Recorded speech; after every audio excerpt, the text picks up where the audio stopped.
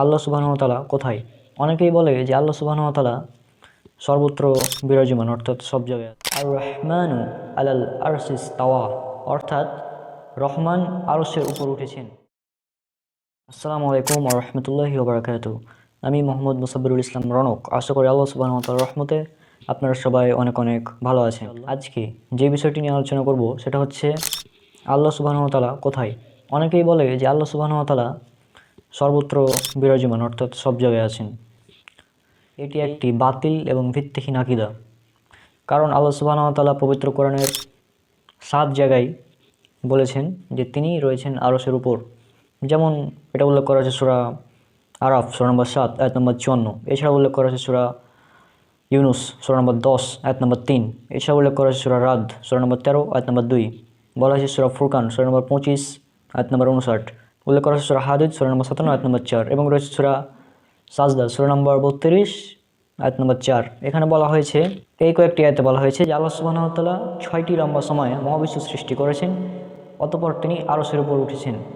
এবং পবিত্র কোরআনে সূরা তাহা সূরা নম্বর 20 আয়াত নম্বর 5, এটা হচ্ছে সবচেয়ে স্পষ্ট এবং শক্তিশালী দলিল এই ব্যাপারে যে আল্লাহ সুবহানাহু ওয়া তাআলা বলেছেন আর রহমানু আলাল আরশি ইস্তাওয়া, অর্থাৎ রহমান আরশের উপর উঠেছেন বা আরশের সমাসীন। ইস্তাওয়া শব্দটি নিয়ে ইমাম মালিক রাহিমাহুল্লাহ বলেছেন, ইস্তাওয়া বা সমাসীন হওয়া এটা বোধগম্য এবং এর প্রকৃতি হচ্ছে অজ্ঞাত, এর উপর ঈমান আনা ওয়াজিব এবং এ সম্পর্কে প্রশ্ন করা হচ্ছে বিদআত।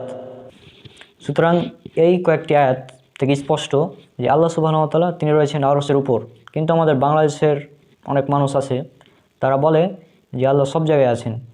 মূলত এটা বাতিল ভিত্তিহীন আকীদা এবং এই আকীদাটা হিন্দুদের সাথে মিলে যায়।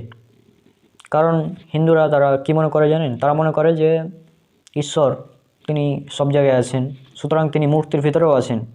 সেজন্য আমরা মূর্তির পূজা করি, মূর্তির পূজা করার মাধ্যমে আমরা ঈশ্বরের পূজা করে থাকি। তাদের এই আকীদা, এটা হচ্ছে হিন্দুদের আকীদা সম্পূর্ণ। যারা বলবে যে আল্লাহ সব জায়গায় রয়েছেন, তাদের আকীদা বাতিল এবং ভিত্তিহীন। এবার চলুন সহিহ মুসলিমের একটি হাদিস দেখে আসি। এটা থেকে স্পষ্ট হয়ে যাবে যে আল্লাহ সুবহানাহু ওয়া তাআলা তিনি রয়েছেন আরশের উপর। কোরআন থেকে দেখালাম, এবার দেখাবো হাদিস থেকে। মুআবিয়া বিন আল হাকাম আস-সুলামি রাদিয়াল্লাহু আনহু থেকে বর্ণিত, তিনি বলেন, আমার একজন দাসী ছিল। উহুদ ও জাওয়ানিয়া, উহুদের নিকটবর্তী এক স্থান নামক উহুদ ও জাওয়ানিয়া নামক স্থানে সে আমার ছাগল চড়াতো। একদিন দেখি নেকড়ে আমাদের একটি ছাগল ধরে নিয়ে গেছে। আমি একজন আদম সন্তান, সাধারণ মানুষ। তারা যেভাবে ক্রুদ্ধ হয়ে আমিও সেভাবে ক্রুদ্ধ হই, কিন্তু আমি তাকে এক থাপ্পড় মারি। অতঃপর রাসূল সাল্লাল্লাহু আলাইহি সাল্লামের নিকট আসলে একে আমি সাংঘাতিক অন্যায় কাজ বলে গণ্য করি। তাই আমি বলি যে হে আল্লাহ রাসূল সাল্লাল্লাহু আলাইহি সাল্লাম, আমি তাকে আজাদ করব না, আমি কি তাকে আজাদ করব না? তিনি বললেন, তাকে আমার নিকট নিয়ে এসো। তখন তাকে রাসূল সাল্লাল্লাহু আলাইহি সাল্লামের নিকট নিয়ে আসা হলো। রাসূল সাল্লাল্লাহু আলাইহি সাল্লাম তাকে জিজ্ঞাসা করলেন, আল্লাহ কোথায়? সে বলল, আসমানে। তিনি সাল্লাল্লাহু আলাইহি সাল্লাম তাকে আবারও জিজ্ঞাসা করলেন, আমি কে? তখন সে বলল, আপনি আল্লাহর রাসূল। তখন রাসূল সাল্লাল্লাহু আলাইহি সাল্লাম বললেন যে তাকে মুক্ত করে দাও, কারণ সে একজন ঈমানদার নারী। তাহলে বোঝা গেল এই হাদিস থেকে, এটা হচ্ছে সহিহ মুসলিমের হাদিস এবং এটা নিয়ে কার মতভেদ নেই। সহিহ মুসলিমের সবগুলো হাদিসই সহিহ। বুখারী এবং মুসলিম এর সবগুলো হাদিস সহিহ। এ ব্যাপারে মুসলিম উম্মাহ একমত। এই হাদিস থেকে এটা স্পষ্ট যে আল্লাহ রয়েছেন আসমানে।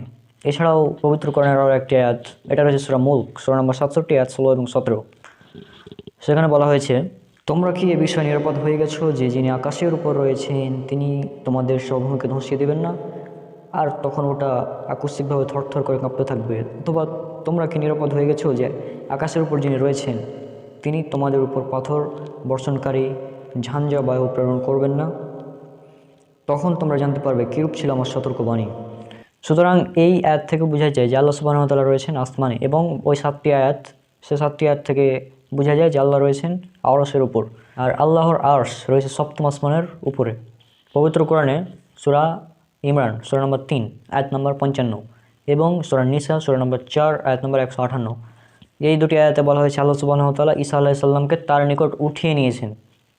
সুতরাং এ থেকে বোঝা যাচ্ছে যে আল্লাহ রয়েছেন আসমানে। এরপরেও কিছু মানুষ বলে যে আল্লাহ রয়েছেন সব জায়গায়, যেটা একটু আগে বললাম, এটা হিন্দুদের আকীদা এবং বাতিল এবং কুফরি আকীদা। কোরআন হাদিস থেকে দেখলাম। এবার চলুন আমাদের প্রসিদ্ধ 4 মাযহাবের ইমাম তারা কি বলছেন এ ব্যাপারে।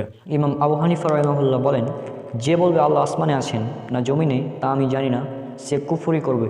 কারণ আল্লাহ বলেন রহমান আরশে সমাসীন, আর তার আরশ সপ্ত আকাশের উপর।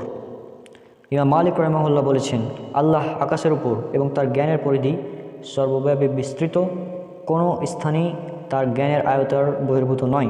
ইমাম শাফিঈ রহমাহুল্লাহ বলেছেন সুন্নাহ সম্পর্কে আমার ও আমি যে সকল আহলে হাদিস বিদ্বানকে দেখেছি এবং তাদের নিকট থেকে গ্রহণ করেছি, যেমন সুফিয়ান, মালিক ও অন্যান্যরা, তাদের মত হলো একথার সাক্ষ্য প্রদান করা যে নিশ্চয় আল্লাহ ছাড়া কোনো হক উপাস্য নেই এবং মুহাম্মদ সাল্লাল্লাহু আলাইহি সাল্লাম আল্লাহর রাসূল, আর আল্লাহ আকাশের উপর তার আরশে সমাসীন। তিনি যেমন ইচ্ছা তার সৃষ্টির নিকটবর্তী হন এবং যেমন ইচ্ছা তেমন নিচের আকাশে অবতরণ করেন।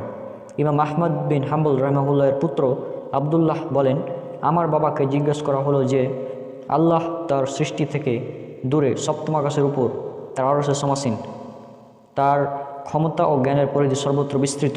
এর উত্তরে তিনি ইমাম আহমদ ইবনে হাম্বল বলেন হ্যাঁ, তিনি আল্লাহ আরশের উপর সমাসীন এবং তার জ্ঞানের বহির্ভূত কিচ্ছু নেই। সুতরাং কোরআন, হাদিস এবং চার মাযহাবের চারজন ইমাম, তাদের থেকে এটা স্পষ্ট যে আল্লাহ সুবহানাহু ওয়া তাআলা রয়েছেন আরশের উপর, আরশে সমাসীন। এবং এটা হচ্ছে আহলে সুন্নাত ওয়াল জামাত অর্থাৎ সালাফি আকীদা। প্রত্যেক মুসলিমকে এই আকীদার উপর ঈমান আনা হচ্ছে ওয়াজিব। আল্লাহ সুবহানাহু ওয়া তাআলা রয়েছেন আরশের উপর, এই বিশ্বাস প্রত্যেক মুসলিমকে করতেই হবে। যদি সে বিশ্বাস না করে তাহলে সে কখনোই জান্নাতে প্রবেশ করতে পারবে না। তো আজকের ভিডিও এখানে শেষ করছি, ইনশাআল্লাহ দেখা হবে পরবর্তী কোনো ভিডিওতে। ততক্ষণ আল্লাহ সুবহানাহু ওয়া তাআলা সবাইকে শান্তিতে রাখুন। আসসালামু আলাইকুম ওয়া রাহমাতুল্লাহি ওয়া বারাকাতুহু।